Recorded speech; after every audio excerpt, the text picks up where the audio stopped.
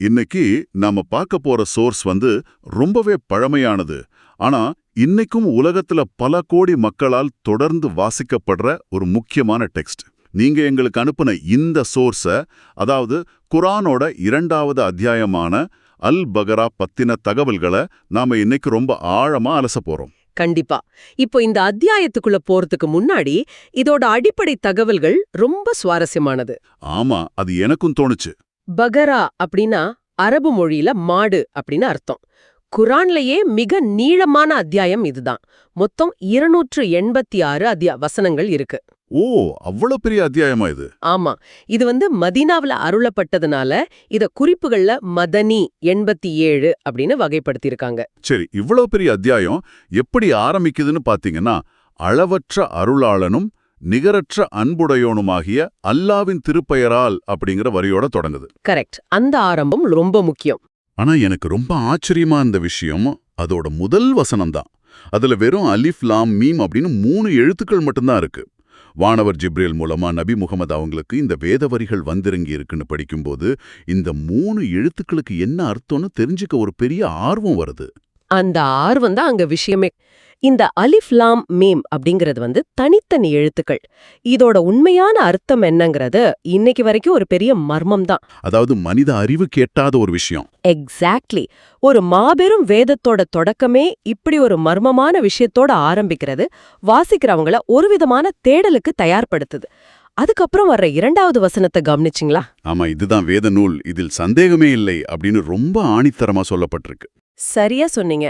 ஆரம்பத்திலேயே ஒரு மர்மமான வார்த்தையோட ஆரம்பிச்சு அடுத்த வரியிலேயே இதுல சந்தேகமே இல்லைன்னு ஒரு உறுதியை கொடுக்கறது ரொம்ப சுவாரஸ்யமா இருக்கு. கண்டிப்பா. அதாவது இந்த வேதம் இரையச்சம் உடையவங்களுக்கு ஒரு வழிகாட்டியா இருக்கும்னு அந்த வசனம் சொல்லுது. விழிப்புணர்வோடு நல்வழியில நடக்க நினைக்கிறவங்களுக்கு இது ஒரு மேப் மாதிரி செயல்படுது. எந்த ஒரு வழிகாட்டுதலும் முதல்ல ஒரு நம்பிக்கையை விதைக்கணும் இல்லையா? அந்த நம்பிக்கையாளர்கள் யார், அவங்களோட பண்புகள் என்ன அப்படிங்கறத 3வது வசனம் ரொம்ப அழகா பட்டியலிடுது. அதுல 3 முக்கியமான விஷயங்கள் இருக்கு. நான் அதை படிக்கும்போது எனக்கு தோணுன விஷயம் என்னன்னா, அது வெறும் ஆன்மீகம் சம்பந்தப்பட்டது மட்டும் கிடையாது. ஆமா, அதை கொஞ்சம் விவரிச்சு சொல்லுங்களே. முதல் பண்பு அவங்க கண்ணுக்கு புலப்படாத மறைவான விஷயங்களை நம்புவாங்க. 2வது, தொழுகைய தவறாம கடைபிடிப்பாங்க. ஆனா எனக்கு ரொம்ப ஸ்பெஷலா பட்டது அந்த 3வது பண்பு தான். செல்வத்தை தானமா வழங்குறது பத்தி சொல்றீங்களா? கரெக்ட். தங்களுக்கு வழங்கப்பட்ட செல்வத்திலிருந்து மற்றவர்களுக்கு தானமா செலவிடுவாங்கன்னு இருக்கு. இன்னைக்கு நாம பேசுற சமூக அக்கறை, செல்வத்தை பகிர்ந்தளிக்கிறது, இது எல்லாமே இதுல அடங்கியிருக்கு இல்லையா? ரொம்ப சரியான பார்வை. ஒரு தனி மனிதனோட ஆன்மீகமும் சமூகத்தோட நலனும் எப்படி பின்னி பிணைஞ்சிருக்குன்னு இது காட்டுது. இதையே கொஞ்சம் பெரிய கண்ணோட்டத்தோட இணைச்சு பார்த்தோம்னா 4வது வசனம் இன்னும் ஆழமான பொருளை தருது. அதுல முந்தைய வேதர்களை பத்தி சொல்லியிருக்குல்ல. ஆமா, முகமது நபிக்கு இறக்கப்பட்ட இந்த வேதத்தை மட்டும் நம்பினா போதாது, அவருக்கு முந்தைய நபிமார்களுக்கு இறக்கப்பட்ட எல்லா வேதங்களையும் நம்பணும்னு அது வலியுறுத்துது. வாவ், இது ரொம்ப முக்கியமான பாயிண்ட். அதாவது இது ஏதோ புதுசா முளைச்ச ஒரு விஷயம் கிடையாது, பலகாலமா தொடர்ச்சியா வந்துட்டு இருக்கிற ஒரு மெசேஜ் அப்படின்னு சொல்றாங்க. கண்டிப்பா. அது மட்டும் இல்லாம நியாய தீர்ப்பு நாளாகிய இறுதி நாளை அவங்க உறுதியா நம்புவாங்கன்னு அந்த வசனம் முடியுது. உங்களோட நல்லபடியா வாழ்றது, எதிர்காலத்துல அதாவது இறுதி நாள்ல நம்ம செயல்களுக்கு நாம பொறுப்புன்னு நம்புறது. இது 3ம் சேர்ந்து ஒரு முழுமையான வாழ்க்கை கட்டமைப்பை உருவாக்குது. சூப்பர். நீங்க எங்களுக்கு கொடுத்த இந்த சின்ன சோர்ஸ் பகுதிக்குள்ள எவ்வளவு பெரிய விஷயங்கள் ஒளிஞ்சிருக்குன்னு இப்போ நமக்கு தெளிவா புரியுது. மறைவானவற்றின் மீதான நம்பிக்கை, இறைவனை நோக்கிய பிரார்த்தனை, சக மனிதர்களுக்கான தானம், அப்புறம் முந்தைய வேதங்களை மதிக்கிற பக்குவம், இறுதி நாள் குறித்து உறுதியான நிலைப்பாடு.